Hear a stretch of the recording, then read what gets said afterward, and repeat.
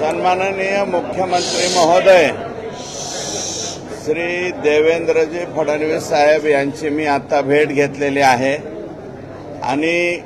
संतोष देशमुख यांच्या हत्येप्रकरणी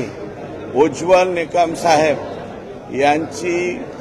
सरकारी वकील म्हणून त्या ठिकाणी नियुक्ती करावी अशा प्रकारची विनंती केली आणि त्यांना सहाय्य करण्यासाठी अगोदर जे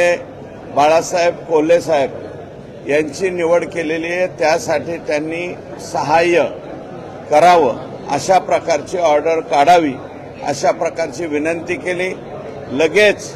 माननीय मुख्यमंत्री महोदय यांनी उज्ज्वल निकम साहेब यांना फोन केला आणि फोन करून तुमची याला संमती आहे का, कारण कोणत्याही प्रकरणामध्ये संमती संबंधित